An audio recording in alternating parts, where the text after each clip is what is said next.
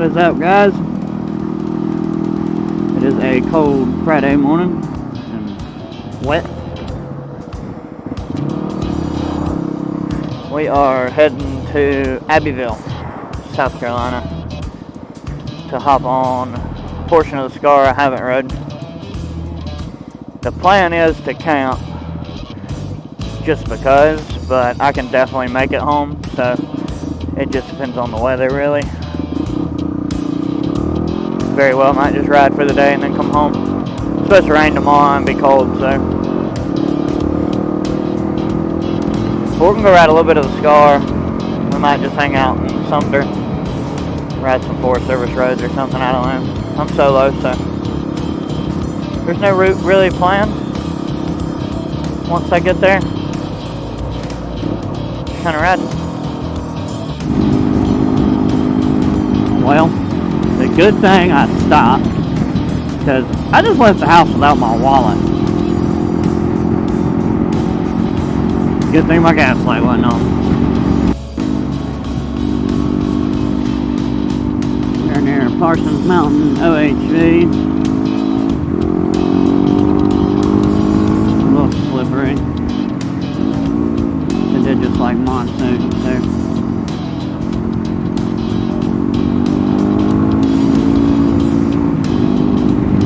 Parsons Mountain is closed.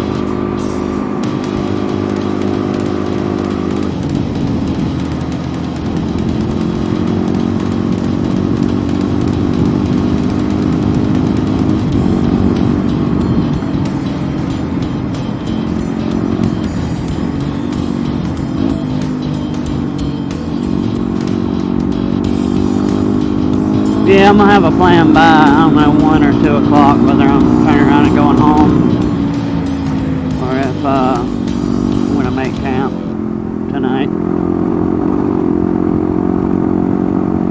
It's supposed to be raining tomorrow, so I'm prepared to camp.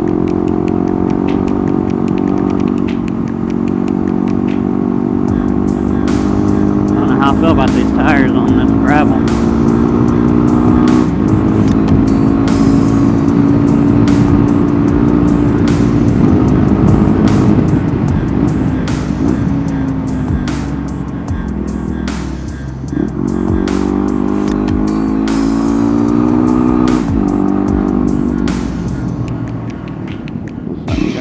Service road that splits off here.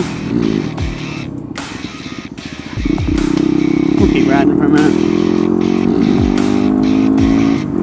Yeah, so this area, there's all kinds of like forest roads that split off, and so I mean, you could come down here and just ride here, really. I don't know how rough they get, but I'm hoping we'll get into something a little more technical than this at least. But it'll be fun either way. Pete's riding on the highway. That one's dead end.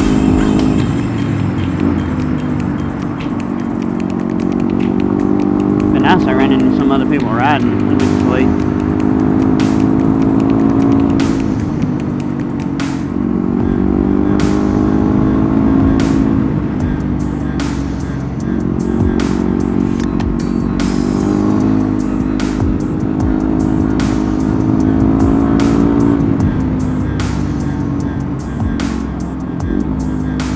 I forgot to reset my mileage. Let me do that.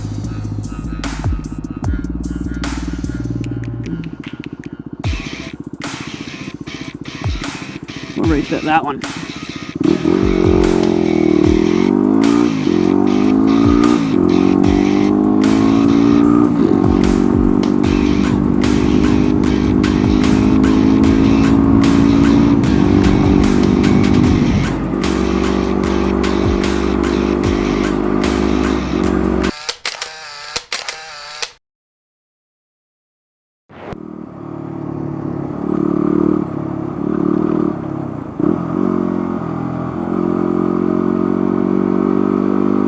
Riding down a forest road.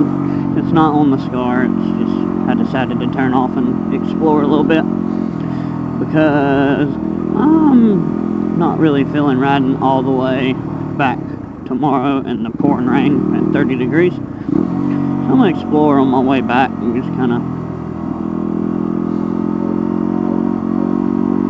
see what I can find.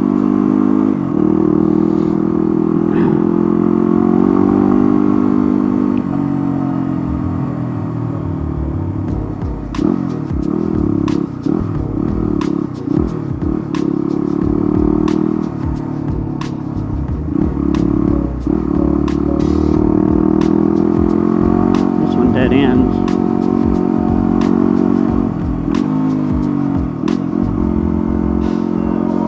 Which I don't know about dispersed camping, if that's like allowed out here. I don't really know. But I mean, I guess you could.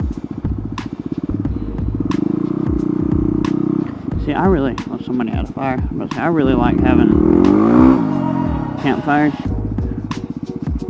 Hunting only by permit. I really like having campfires whenever I camp. So, I know a lot of if you camp secretive, I guess you could say, in a non-designated spot, it's probably not the best idea to have a fire. So I try to find more legit spots. At least something with like a fire pit already made, like somebody made one out of rocks or whatever. That way if, ranger or whatever pulls up, like, my bad, it has a campfire ring and all that, so. Which in Pisgah, like, there's all kinds of unmarked campsites. You're technically not supposed to, but the way they write it up or whatever is, campsites have designated fire rings or whatever. Most of the time they're made out of like just rocks. So if you get caught doing it and there's a fire ring, it's a lot easier to get out of, I guess.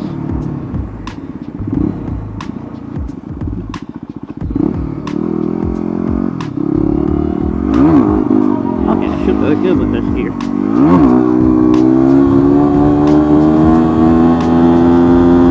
A little weird riding wheelies with all my gear on here.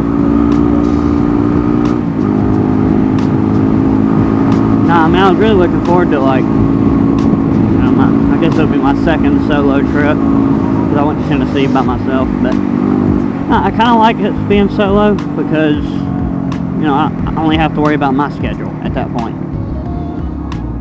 Where, if you ride with a group, this guy wants to be home at this time, or this guy only wants to do 100 miles a day, where the other guy wants to do 350 miles a day. It can cause problems. Some people want to get home earlier. Some people want to ride until dark. I kind of prefer setting my tent up a little before dark at least. That way I can find firewood and all that. But it don't really matter to me. I mean, you just have to cater to more people's needs, I guess. But if you're gonna go solo, I would definitely recommend getting some kind of GPS system, like locator.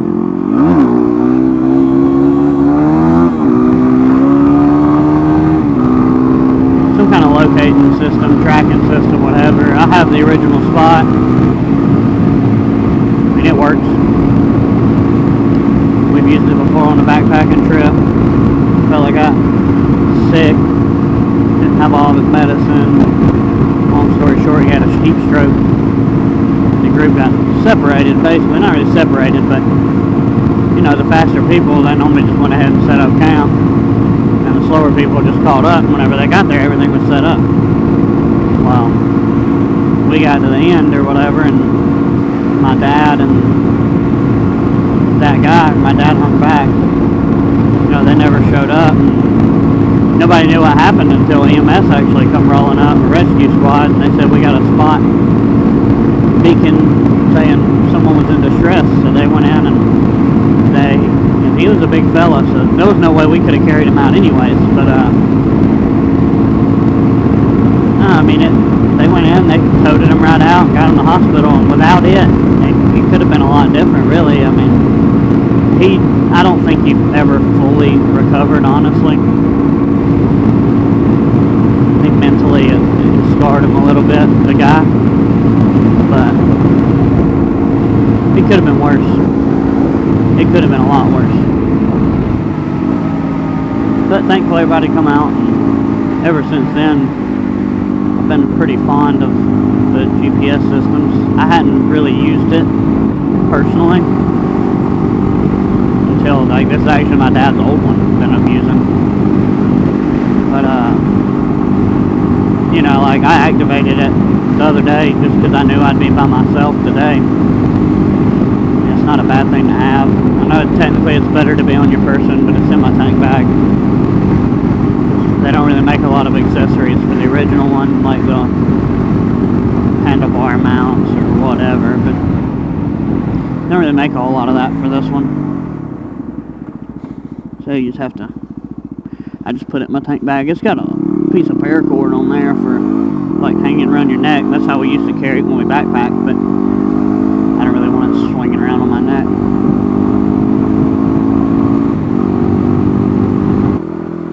Somebody's been through here on, I don't even know, four-wheeler maybe or something. Yeah, there's tons of Forest Service roads back through here, and nothing blind. There's tons of Forest Service roads and stuff back through here. So I mean, you could come out this way and ride all day.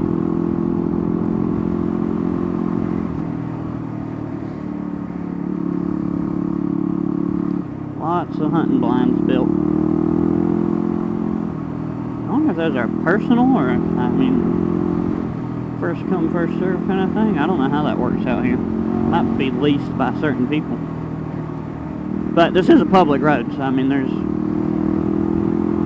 not like you can get in trouble for riding out here. Downtown Abbeville is pretty weird.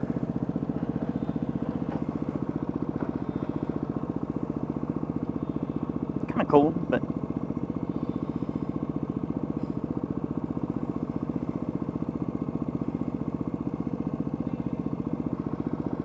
there's a whole lot to do, but a couple restaurants. I'm sure lodging really isn't that high out here if you wanted to stay in a hotel, because I don't really think many people come here to visit.